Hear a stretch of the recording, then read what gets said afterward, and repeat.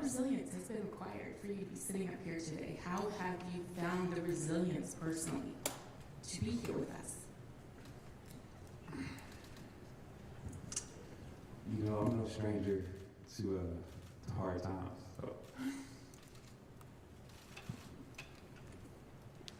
See, you cried and you made me cry. Just digging deep, honestly. You know, you're going to be faced with adversities throughout your life. This was a pretty big one, but I just kind of relied on my hard work, getting through it. I know this sounds so small, but you know, dying in practice, you know, and just hard workouts. You find a way to just grind it out. Just put your head down and just keep going. Just keep moving forward. You know, you can never stand still, and that was my thing. Just never be still. Never get too focused on the now. Just, you know, looking forward to, you know, what's to come.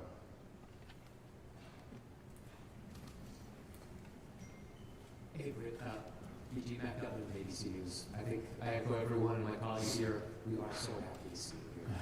Thank you. And I don't know if it was timed with your availability today, but you may know that the Washington Post, the New York Times, the Wall Street Journal put out an ad demanding the release of Evan Gershkovich today, right? So during your detention, were you aware of all of the efforts on your behalf, of the hashtag WeAreBG, and what message would you send to Evan and Paul Whelan today? Yes, I was aware. There was a little bit of a delay. Getting news sometimes, but I was aware of the efforts and everything that was going on. I was able to see pictures sometimes of different things, the WeAreBG. So just knowing that and having that, just being aware of what was going on when you don't know anything. You're there, you're sitting there, you're like, okay, I know people are fighting for me or bringing awareness to what's going on. And those times where I was able to see what was going on, it definitely, it made me a little bit more comfortable. It made me a little bit have hope, which is a really hard thing to have, a really dangerous thing to have, because when it doesn't work, it's so crushing. And I would say to everyone that is wrongfully detained right now across the world, stay strong, keep fighting. Don't give up. Just keep waking up. Find a little routine and stick to that routine and just the best you can. I know that's what helped me. Just find little things. If it was just whatever it was, just keep pushing, because we're not going to stop. We're not going to stop fighting. We're not going to stop bringing awareness to everyone that's left behind right now. It's Ewan McCurdy with CBS News. First of all, welcome back. We're so thrilled to have you here. I was wondering if you could explain a little bit about what your ordeal did for your mental and your physical health, and what your journey has been to get back to the place where you are now, where you're about to embark on preseason. It was strenuous, and coming back from basically, doing nothing, not having any gym or anything to be at. Getting back into it was hard. It's still a process. Just the little things. I mean, doing a plank, it was so simple before, and couldn't even stay up very long, and just a regular plank when I first came back. Because as an athlete, you always want to be where you left off. And I left off playoffs, finals, Chicago. And I wanted to be that player when I started back. And just everybody telling me to give myself grace and it's going to take time. But that's the hardest thing to do to a pro athlete, because we always want to be right back at our tip-top shape. So it's been a struggle, but like I said, it's liberating as well at the same time, just as a release, just getting back to my craft. And then being here in Phoenix, my coaches and my teammates really supporting me, at every step of the way on the court. So it's been pretty good. Hi, Brittney. I am Stephanie Eel with CNN, and first of all, I have to say there's an great amount of lightness around you, which I think is kind of shocking considering what you've been through. It's extraordinary. I'm curious if the desire to play overseas in the off-season is a need or a want, and if that is something that needs to be addressed, and if it is a need, what do you think needs to be addressed about it? Well, I can say for me, I'm never going overseas to play again unless I'm representing my country at the Olympics. You know, if I make that team, that would be the only time I would leave the U.S. soil, and that's just to represent the USA. I'll say this, you know, the whole reason a lot of us go over, you know, is the pay gap. You know, a lot of us go over there to make an income to support our families, to support ourselves. So I don't knock any player that wants to go overseas and, you know, make a little bit extra money. I'm hoping that our league continues to grow, and with as many people in here right now covering this, I hope you continue, like I said, to cover our league, bring exposure to us. I hope a lot of these companies start to invest in our craft, because as you'll see this season, if you haven't watched before, we have a really good craft in ourselves in the WNBA. And it's a shame that we have to leave our families for holidays. I mean, you're missing everything being away. But at the same time, as much as I would love to, you know, pay my light bill for the love of the game, I can't, you know. So I think that's probably one of the biggest reasons people are still going overseas. And that's why I was there, you know. So hopefully that changes, though. PG, Lena Washington, 12 News, welcome back. So good to see you.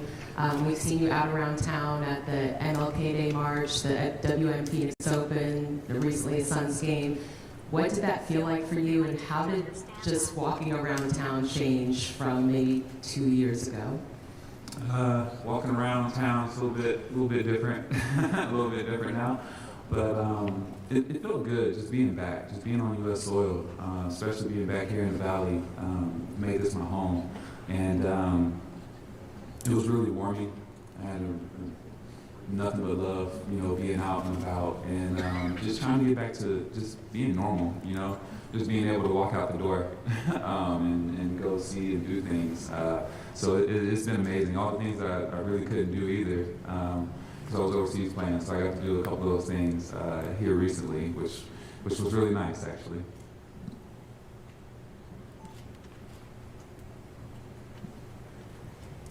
Hi, Brittney. Nick Soletti from ABC 15 here in Phoenix, and I just want to welcome you back to the Valley. I think I speak for everyone who is just thrilled to see you back here where you belong. You mentioned something I found very interesting just a few moments ago. You had said that hope is a dangerous thing to have. I was wondering if you could dive deeper into that for us, and also explain throughout this whole process if you ever had a moment where you lost hope, and how did you get that hope back? I'll say this. When I did lose my hope, looking at photos of my family, that brought my hope back. Just being able to see their faces, that did it for me, you know. And in a moment where you kind of want to give up, you look at the photos and it kind of brings you back. You know what you're waiting on. You're waiting to be back with your family, you know, with your loved ones, and in a safe place. So I'll go that far and say that. But the rest, you know, have to wait a little bit later, catch the rest of that.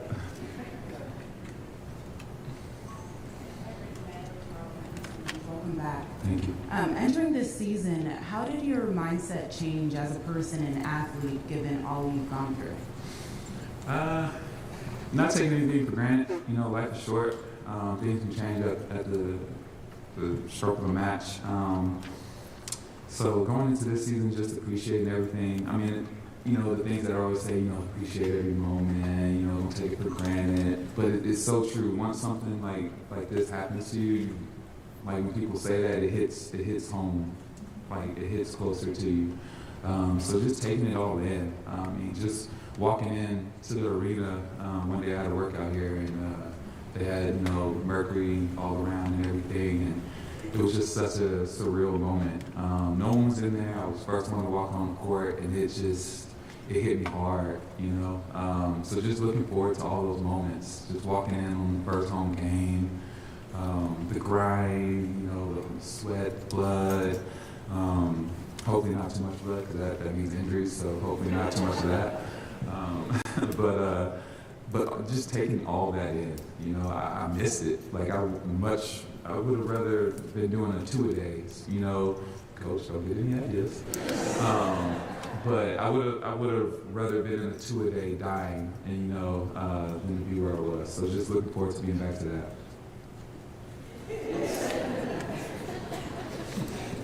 Yeah, Brittney, MA Global from ESPN.com. You said really throughout your career that basketball was a sanctuary for you.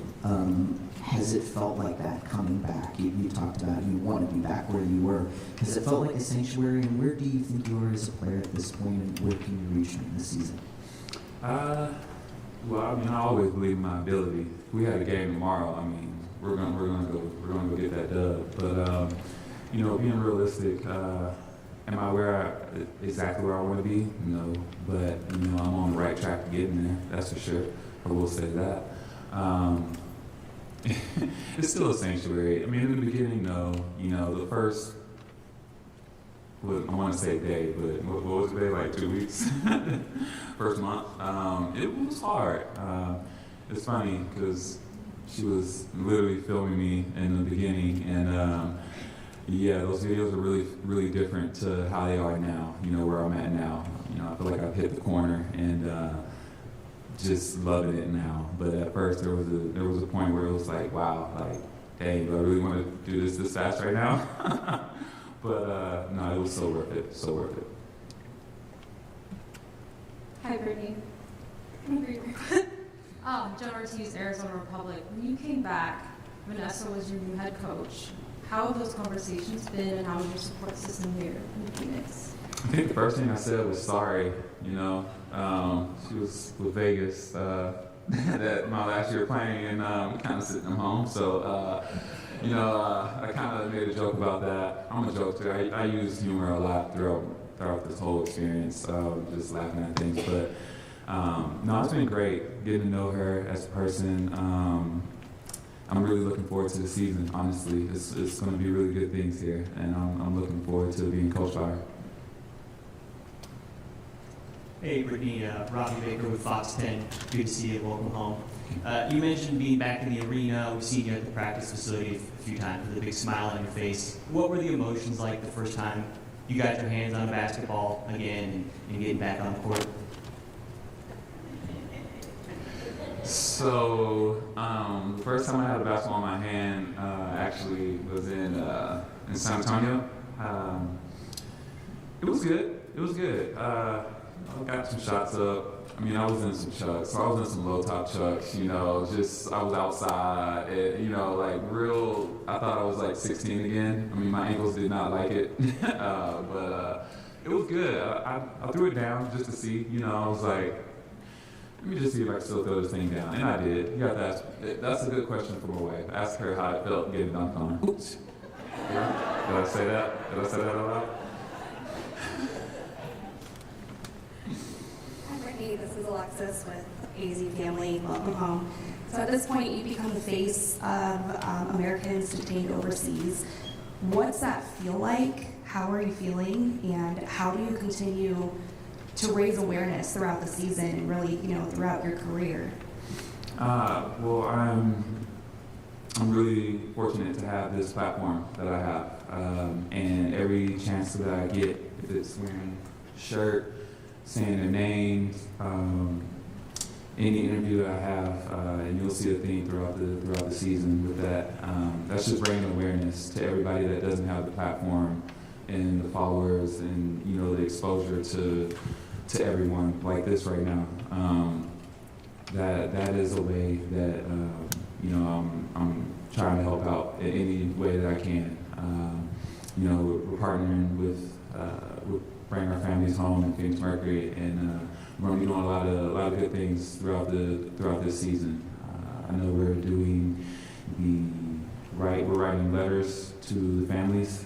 Fans can come and write, which I will suggest everyone doing, please, because you don't understand how good it felt to get a letter from your family, from just random people that I've never even met. It just lets you know that you're not forgotten, and it's so easy to feel forgotten, to feel like no one's thinking of you. And then when you get a letter from people that you know and people that you don't even know, it just does something to you. It just gives you like a spark of life, to keep holding on, keep fighting, not to give in. So these are things that we're gonna do throughout the season.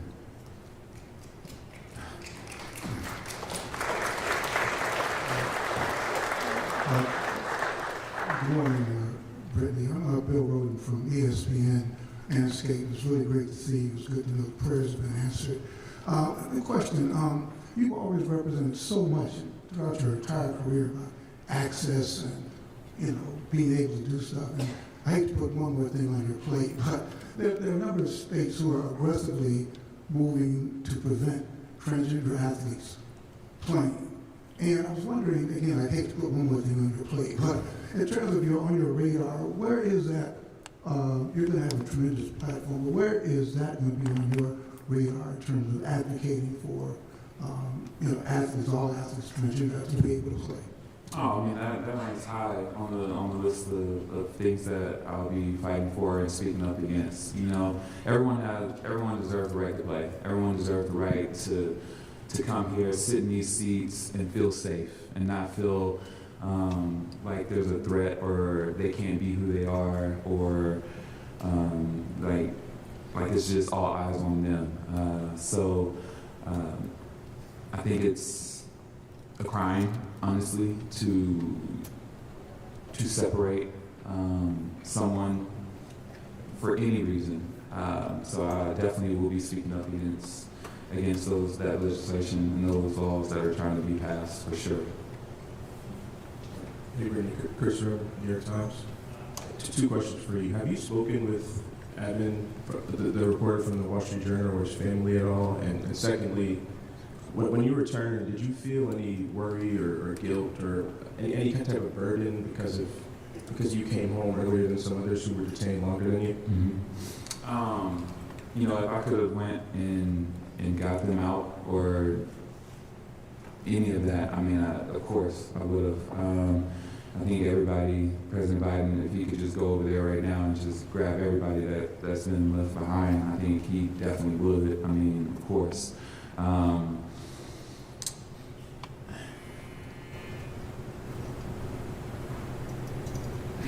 It's hard.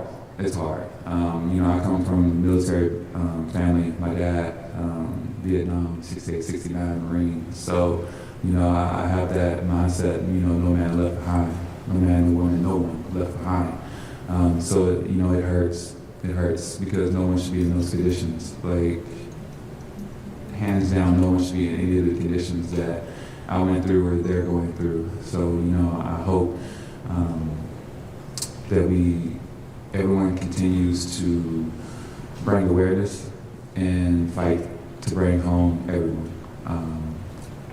Can you re-say the first part of your question? Sorry about that. Yes, so I haven't spoke directly, but I do know that my team, Washington and my agent, they have been in touch with family a lot and helping out with just, sharing knowledge, which is a big thing. Everybody's speaking, talking, sharing what they know. It goes a long way because, you're in foreign territory, you're in unknown waters, so there's a lot, that we might know that they didn't know. So there's been a lot of communication between both teams. Brittney, Jeff Metcalf, record. Hey. Welcome home. A couple things. One, Diana is still playing. What's it like being back and having another season or two with Diana ahead? And then also going back to the bubble. When you left, you got a lot of mental health. You've spoken about your mental health help that you got after that. How important was that in dealing with what you had to deal with in Russia? That helped a lot. I've always promoted, talking to a counselor, seeking therapy, any tool that will help you, get to a good centered place. And I'm still doing that as of right now. That will never change. I think it's good to have someone to talk to, so much goes on in this world. We see so much, we're exposed to so much on social media that, it's just a lot. It's nice to have someone to talk to. Playing with Dee, who wouldn't want to play with a walking fossil? No, I'm playing. She's gonna kill me. She's gonna kill me. No, I'm just so glad. I was really worried, honestly. I was worried. I thought she was gonna retire on me or something while I was gone, or I would miss it, and that honestly was killing me. Knowing that was a possibility. So I'm really thankful that she's still here. She hates it, but she's a mentor. I look up to her. How could you not when you have the GOAT right next to you? So I'm really thankful to have her another year here in Phoenix. I'm looking forward to getting out there on the court. Hey, BG. Sabrina Merchant, The Athletic. You kind of alluded to this already, but after the year that you had, how are you so certain that you wanted to play in the WNBA this year, and how were you certain that you'd be able to play so quickly after you came back? Oh, man. I've said it before. I believe in me. I believe in what I can do. I know that I can, if I put my mind to it, I can achieve any goal. And I'm not trying to sound big-headed, but I just really, I bet on me. And I have all the resources here to help me get to that point where I can play. And it was no question to be back in the WNBA, back in Phoenix and playing. We have time for 2 more questions.